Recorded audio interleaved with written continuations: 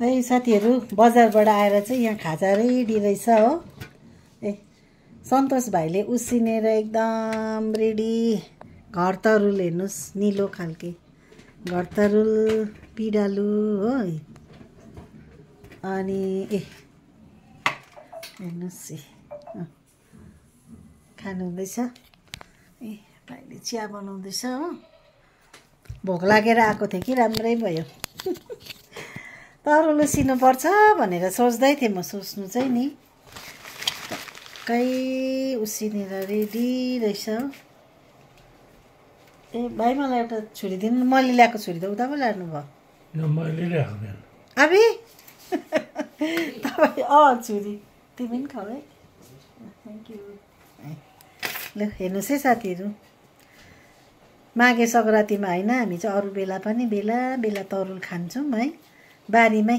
यो चाहिँ घरमै रोपेको तरुल। हिजो चाहिँ अलिक खनखान पारेर मल हालिदिएको नि त, अन्त खन्दा चाहिँ निस्केको यो तरुलहरू। अन्त अब चाहिँ फेरि अब एकैचोटि अर्को साल मात्रै हुन्छ होला। तिमीले घर तरुल सबै उसिनेको हो सन्तोष? ए ठिकै छ, बेसी थिएन त। अन्त अब यो चाहिँ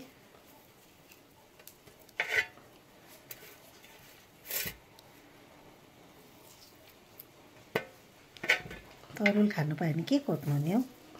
यो चाहिँ एकदम अर्ग्यानिक हो नि त हौ। त्यो प्याकेटको चिप्सहरू केहरू खानु हुँदैन। त्यो सबै त्यो खायो भने चाहिँ रोग भिरिन्छ होइन। यो त एकदम घरको।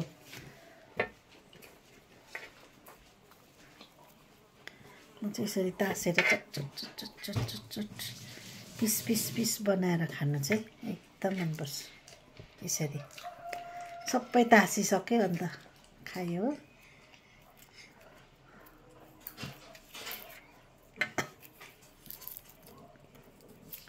आज बजार एउटा लागेको थिएन बिचरा। दोकानेहरू त्यत्रो भाडा तिरेर आउँछ उनीहरू, कति टाढो टाढोबाट, ओद्ला के अरे माल बजारबाट, लाभाबाट होइन, पेदुङको पनि आउँछ।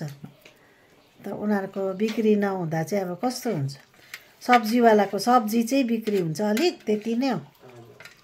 लट्रीवालाको लट्री बिक्री हुन्छ।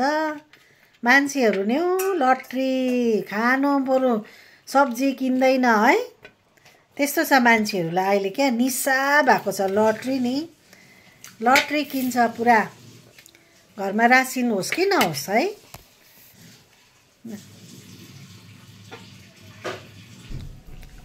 त्यस्तो छ, के गर्नु।